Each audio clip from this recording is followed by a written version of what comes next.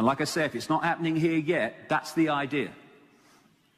Coordinate 2, cement 2. This could be controversial. I think it might be. You know what? I don't care. It's about time the bloody truth was told. Zionism is racism. Now, what people don't realize is that what we call Zionism is not Jewish people. That's the trick. Zionism is on its play-out level, a political philosophy, and on its inner core level, a secret society created from the start and controlled to this day by the House of Rothschild. And that's why in my books and on my website, I always call it Rothschild Zionism, so to keep underpinning the real force behind it.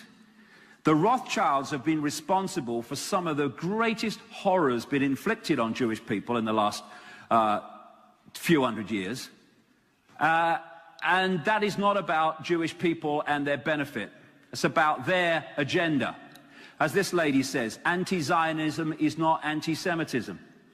But the idea is to put the two together in the public mind, so when you challenge the Rothschilds, you must be a racist. As I said earlier, racism is ridiculous. It's a nonsense. As Joe Biden, the deputy president of America, said, it's about the only thing he's ever said I agree with, you don't have to be Jewish to be a Zionist. You don't. And how many people know this around the world? That there are a large number of Jewish people who not only don't support Zionism, they vigorously and constantly oppose it. How many people know that? You don't read that in the newspaper. This says Judaism rejects Zionism. Zionism and Judaism are diametrically opposed. Zionism is the cause of Middle East bloodshed. Stop the Holocaust in Gaza. These are Jewish people. Actually, fundamentalist Jewish people in terms of their religion. Zionism is state-organized terror. Zionism is the cause of Middle East bloodshed. Yes, it is. It's meant to be, because the Rothschilds are behind it. End of Zionism equals peace. I am Jewish and I want Israel to stop killing Palestinians. How many times do you see this in the news? You don't. We condemn any Zionist aggression against Iran. Another Jew against Zionism. It's not about a people, it's about a secret society controlled by the Rothschilds that use the Jewish people as a front to hide behind. State of Israel, the greatest oppressor of religious Jews globally. This is from Jewish people. Zionism causes global anti-Semitism. Yes, it does. Zionism spokesmen do not represent world Jewry. How many people realize this is going on behind the scenes? These are Jewish people and Jewish groups who've come to meet Ahmadinejad, who's supposed to be the big Satan for Israel. How many people realize that this is going on? Because all we hear is the Rothschild Zionist version of the whole thing, and people believe that, and they think that all Jewish people are for Zionism, all Jewish people are against Iran. No! Rothschild Zionism. The Rothschilds built and paid for the Jewish parliament, the Israeli parliament rather, the Knesset.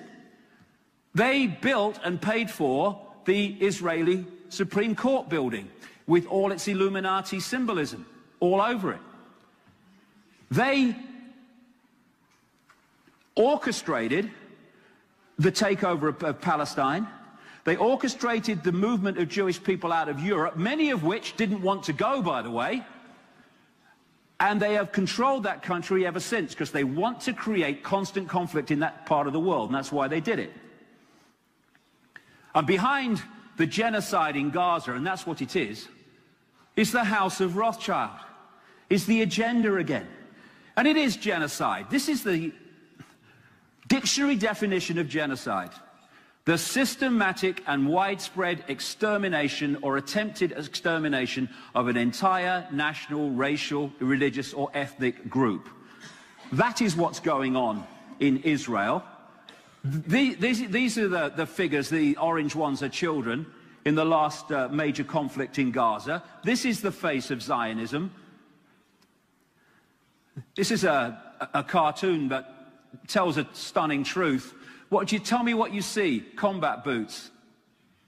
What's happening to the Palestinians is genocide. They're having peace talks in America, and at the same time they're doing that, bulldozers are knocking down Palestinian homes, and the people are being homeless and living in the streets. They're building this wall, so-called security fence, and in doing so, stealing very significant tracts of Palestinian land behind the wall. There you go. This is a Palestinian children's playground. Hey, there you go. We've got to build a wall. Off you go.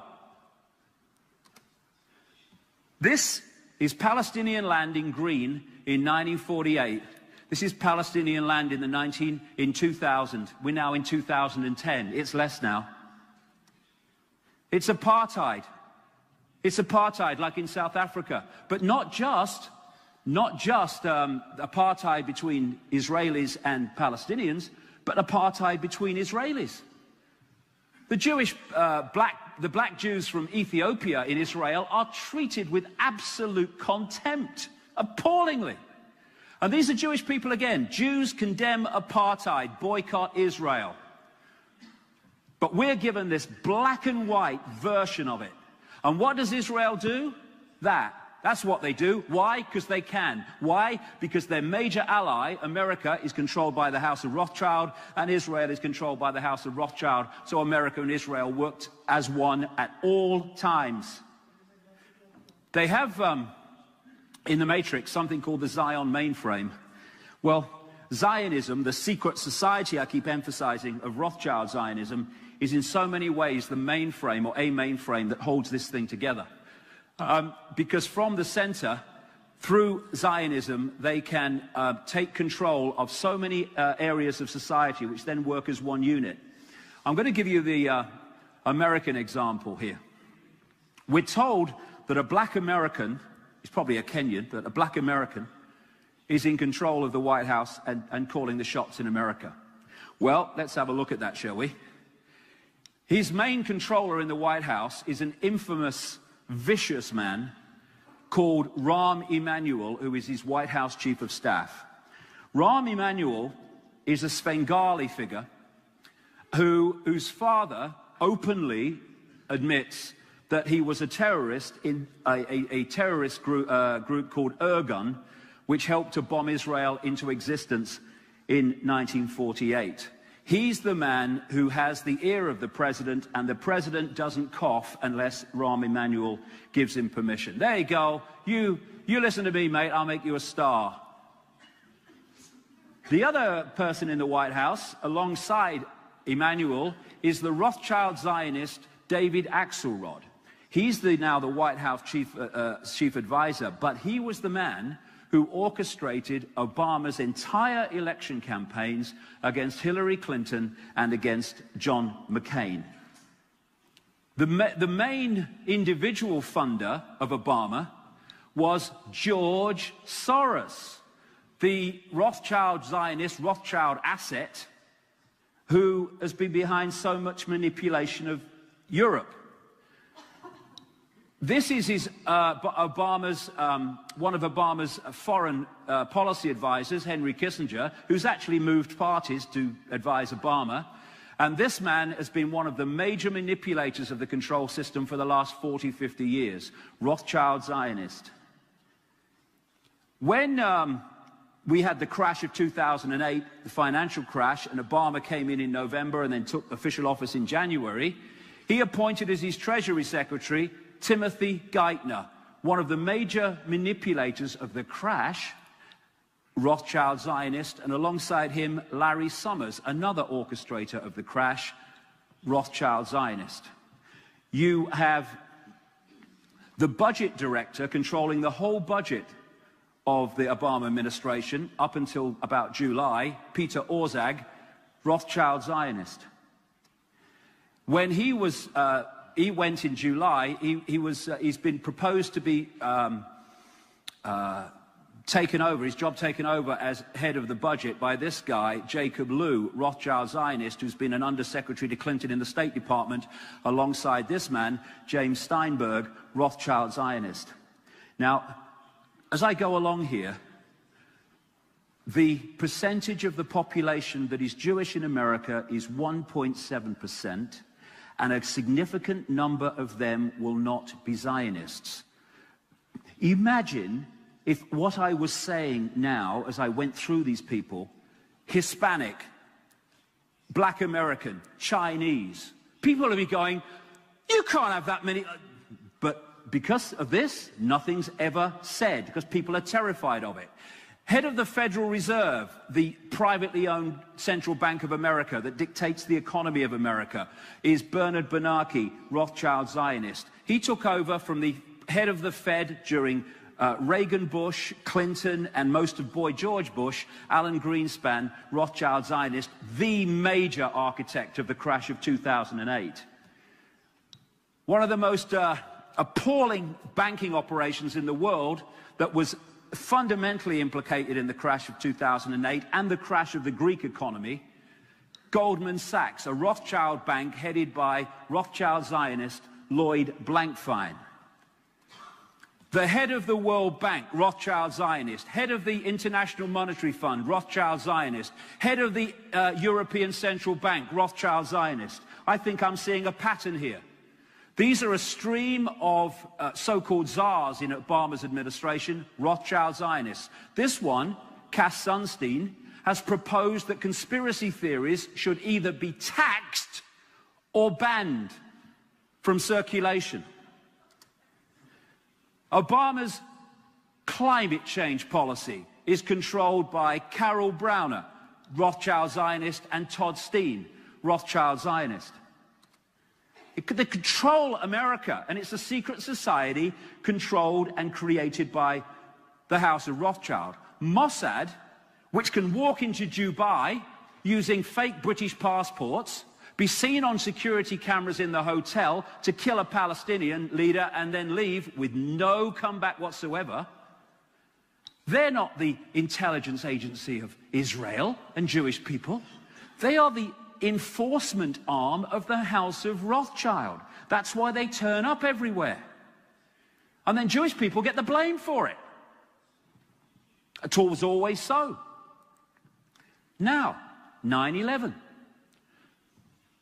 The World Trade Center lease was bought a few months before 9/11, and the insurance against a terrorist attack massively increased by this guy, Larry Silverstein, Rothschild Zionist, very close to major politicians in Israel, like Netanyahu. And his partner was Frank Lowy, Rothschild Zionist, very close to major politicians in Israel, like Netanyahu. And they did the deal to take the lease with this guy, Louis Eisenberg, the Rothschild Zionist, the head of the New York Port Authority. The head of the CIA at the time of 9/11 was George Tenet, Rothschild Zionist, and another major person in the law enforcement arena was Michael Chertoff, whose mother was a Mossad agent, and he was a co-writer of the Patriot Act, which was introduced immediately after 9/11 and took away basic freedoms in America justified by 9/11 and stopping terrorism. Michael Chertoff, Rothschild Zionist, who became the second head of Homeland Security in America. The Pentagon at the time of 9/11 was controlled by Paul Wolfowitz, Rothschild Zionist, the comptroller in charge of the whole budget, Duff Zakheim, Rothschild Zionist, and also people like Douglas Feith, Rothschild Zionist. The neocon group I mentioned earlier behind the Bush administration at the time of 9/11 and then the invasion of Afghanistan and Iraq were headed by people like Richard Pearl, Rothschild Zionist, William Crystal, Rothschild Zionist, John Bolton, Rothschild Zionist. And then you have the strange story of what became known as the dancing Israelis. When the Twin Towers were hit, these people were filming it and high-fiving and dancing around. And people obviously reported this to the police. The police turn up, take him away, want to know what's going on. Next thing you know, they're back in Israel. And they're interviewed on Israeli television. And it turns out they're agents of Mossad, the Rothschild enforcement agency. And one of them said, we went there to film the event, to record the event. How can you go to record an event unless you know it's going to happen? This doesn't get in the mainstream media. The 9/11 Commission report that decided that the official story of 9/11 was true was overseen by Philip Zelikow, Rothschild Zionist. The Bush speech, which started to move this conflict forward with Iraq and what have you, the Axis of Evil speech, Iran, Iraq and North Korea, was written by David Frum, Rothschild Zionist. The first major Obama speech in 2008, setting out his Middle East policy, according to the Wall Street Journal, was written by James Steinberg, Rothschild Zionist, this guy Kurtzer, Rothschild Zionist, Daniel Kurtzer, and this fella Dennis Ross, Rothschild Zionist. I bet it had a lot to say about Palestinians. So these people appear to be the President of America and the Prime Minister of Israel. They are both frontmen for the House of Rothschild. And this is why Israel, this sliver of land, has the biggest F-16 fleet outside of America. And one of the reasons they have it is when Dov Zakheim, Rothschild Zionist, was comptroller in the Pentagon, he designated a stream of these aircraft as scrap when they weren't, so they could be sold to Israel at knockdown prices. This book by these two journalists and researchers, The Israel Lobby and US Foreign Policy, said this: Israel receives about $3 billion in direct foreign assistance each year, which is roughly 1/5 of America's entire foreign aid budget. In per capita terms, the United States gives each Israeli a direct subsidy worth about $500 a year. Not that they get it, it goes in military spending, etc. This largesse is especially striking when one realizes that Israel is now a wealthy industrial state with a per capita income roughly equal to South Korea or Spain. Now, the reason they get this money is because America, one arm of the Rothschilds, hands it to Israel, another arm of the Rothschilds. That's why it happens. That's why these strange things happen. People got to realize what's behind it. This is a former BBC and independent television news correspondent, Alan Hart. He wrote a book, Zionism, the Real Enemy of the Jews. Couldn't put it better. And he said here, Jewish people make up less than 2% of the American population, but account for 50% of the political campaign contributions. And that's why all these different people may disagree on one or two things, but on one thing they never disagree on. And so the Palestinians have got no chance. I won't tell you what's behind that. You don't want to see it. And why this is going on, this guy and his predecessor stay quiet. When there's terrorism somewhere else, they can't wait to find a microphone, these people. But Israel, no. This is a fantastic Jewish guy called Mordecai Vanunu, who had the audacity to reveal from his insider knowledge to a British newspaper that Israel had a major nuclear weapons capability. Because the idea was you don't talk about it. Do you know, this is true story, this is true. The official American policy with Israel over nuclear weapons capability of Israel is, we won't ask, you don't say. That's the official policy. And therefore, everyone knows it, but no one says it in the American administration.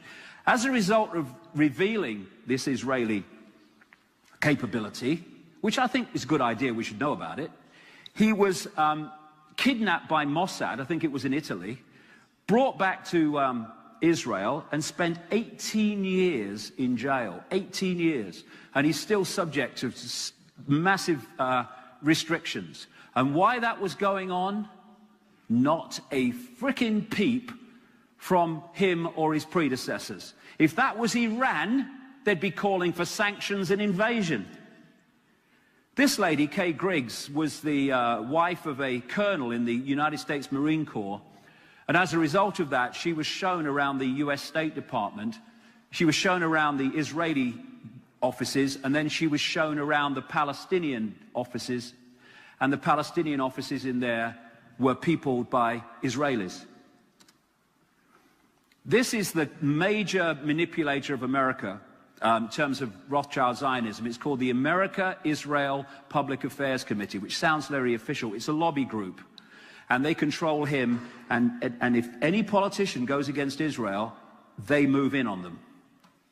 And the head of it at the moment is Lee Rosenberg, a very close associate of Obama in Chicago, and one of the significant funders of Obama's election campaign. The Palestinians have not got a prayer. Americans, do you dare to say Israeli terrorism? No, they don't. Well, some people do, but not the government, for this reason. And then again, and I emphasize, I'm not talking about Jewish people here, I'm talking about Zionists, Rothschild Zionists, members of this secret society. This is the Los Angeles Times columnist, a Rothschild Zionist called Joel Steen, who wrote an article saying that Americans who don't think Jews, Rothschild Zionists, I would say, control Hollywood are just plain dumb. I had to scour the trades to come up with 6 Gentiles in high positions, he wrote, at entertainment companies. But lo and behold, even one of that 6, AMC President Charles Collier, turned out to be a Jew. As a proud Jew, the writer said, I want America to know of our accomplishment. Yes, we control Hollywood.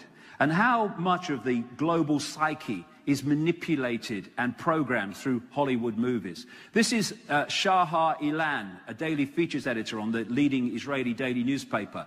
He wrote, the Jews do not control, the Jews do control the American media. This is very clear, and claiming otherwise is an insult to common knowledge. And when he's saying Jews, I'm saying Rothschild Zionists.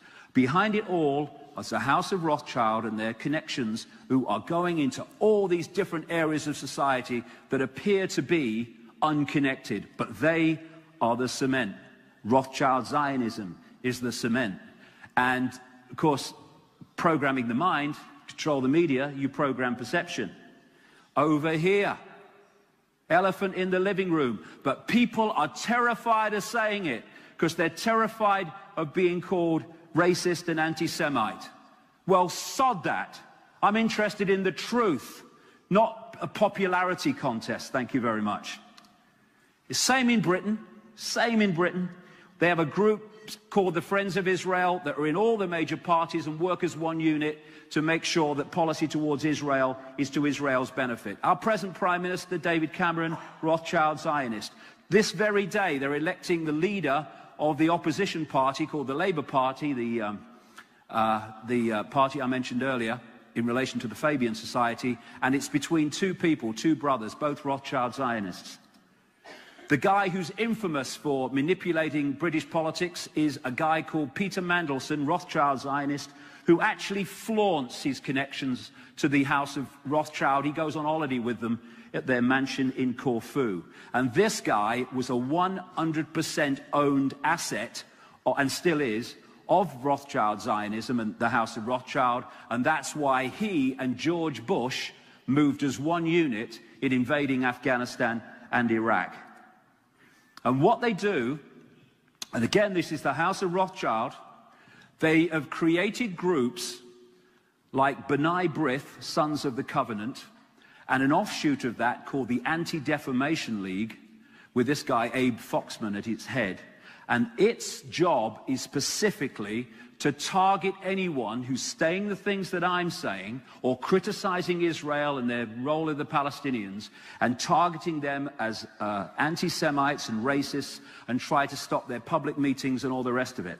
Particularly in Canada, I have a lot of trouble with that myself. And what they do is they equate criticizing Israel's treatment of the Palestinians were being anti-Semitic. Israel's crimes against the Palestinians, anti-Semitism. And I've had this over the years, but that says, amazingly enough, I don't give a shit, and I don't. It's about time the truth was told. This is another amazing Jewish man called Norman Finkelstein, whose parents suffered in the concentration camps of Germany, and he's come out and criticized Israel and its treatment of the Palestinians and its treatment of Jewish people, and he has had his academic career destroyed for doing that. And what he's called, because they can't call him anti-Semitic because he's a Jew, they call him a self-hater.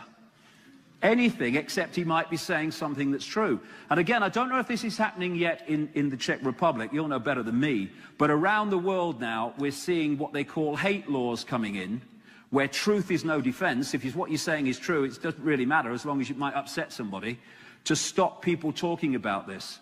And they've just introduced a bill in America. And these groups, these Rothschild Zionist groups, are suffocating and controlling. And one of their targets now is the internet, because the internet has been a wonderful way of getting out information that normally wouldn't get out there, and they're starting to get very, very worried about it. And in America, a Rothschild Zionist called Jay Rockefeller is trying to get the internet censored. And in Britain, until the last election in May, it was the Rothschild Zionist Peter Mandelstam in Britain trying to get the internet censored. And in America, they're trying with Rahm Emanuel and all these people to get the ability to switch off the internet whenever they want, under the guise of national security or terrorism. And we need to open our eyes to this and stop falling for the idea that Zionism is about Jewish people. They have used Jewish people mercilessly, not least in Germany, for their own ends.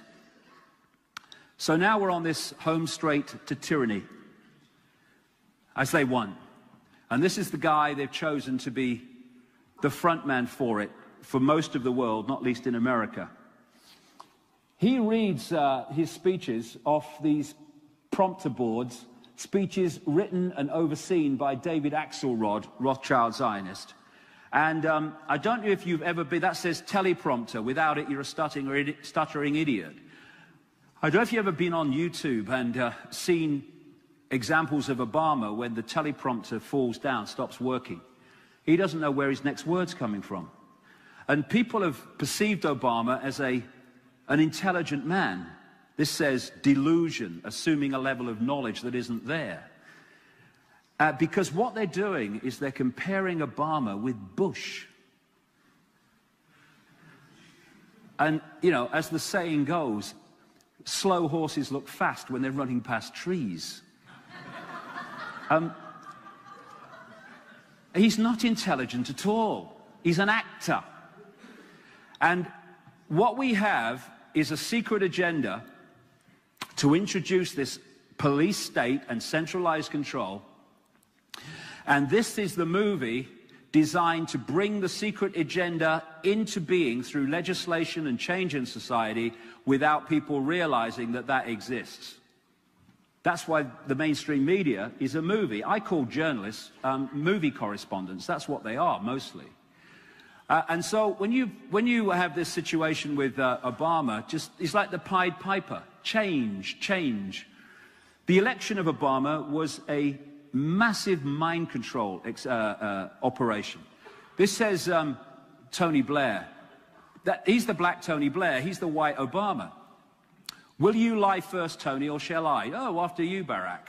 These people lie by reflex action. It's part of their daily life.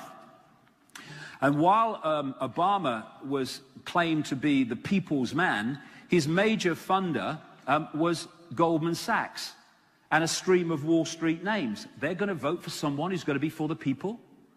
This is why Obama has been connected to so many rogues and people like this guy, Tony Resco, ended up in jail for fraud.